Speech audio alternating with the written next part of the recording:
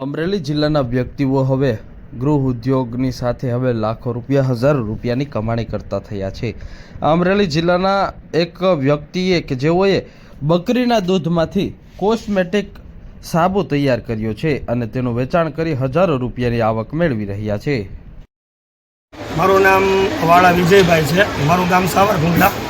મારી દુકાન છે એ કંસારા બજારે આવેલી છે, નાવલી કાંઠે। અને આ જે ગોટ મિલ્ક સાબુ છે એ હું 2 વર્ષથી બનાવું છું।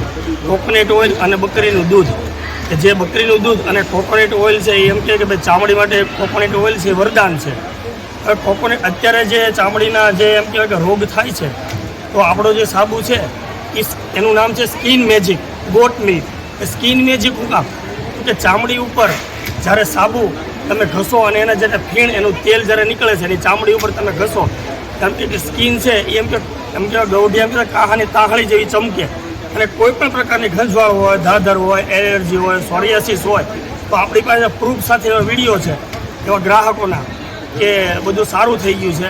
અને આ બે અને હું શિકાકાઈ, આમળા એ પણ તેલનો સાબુ, પછી ચંદન કેસર અને બકરીનું દૂધ એ પણ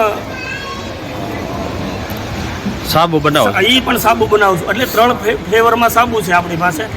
અને પ્રોસેસ કઈ રીતની આની પ્રોસેસ એમ કહેવાય કે પ્રોસેસ આની એવી રીતે છે કે તેલ છે ને એ પણ આપણે વેચાતું નથી લેતા, તેલની પણ આપણે ઘાણી કઢાવી છે કોકોનટના। બકરીના દૂધમાંથી સાબુ બનાવવાની પ્રોસેસ કેવી?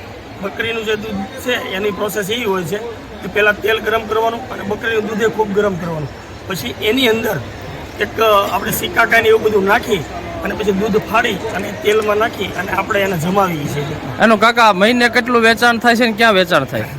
આપણે વેચાણ મારે લગભગ 60 થી 70 હજાર રૂપિયાનું વેચાણ છે દર મહિને, અને લોકોનો બહુ રિસ્પોન્સ સારો મળે છે અને સારું વેચાણ થાય છે, બરોબર છે। અને હું તો એમ કહું છું કે વધારેમાં વધારે લોકો બહોળા પ્રમાણમાં આ ગોટ મિલ્ક સાબુ વાપરે। અને અત્યારે ચામડીના જે રોગો છે એની અંદર જે ઓલો સાબુ આવે છે એની અંદર જે આવે છે SLS, પેરાબીન, બરોબર છે, એવા બધા હાનિકારક કેમિકલો આવે છે।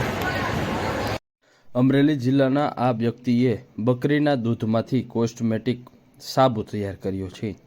નેચરલ રીતે પોતે આ સાબુ તૈયાર કરી રહ્યા છે।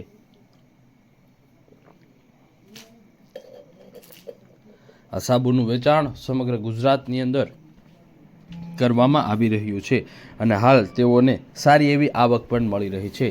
પોતે ગાયની સાથે હવે બકરીઓ રાખે છે અને બકરીઓનો દૂધને ઉકાળી તેમાં પ્રોસેસ કરી અને સાબુ તૈયાર કરી વેચાણ કરે છે।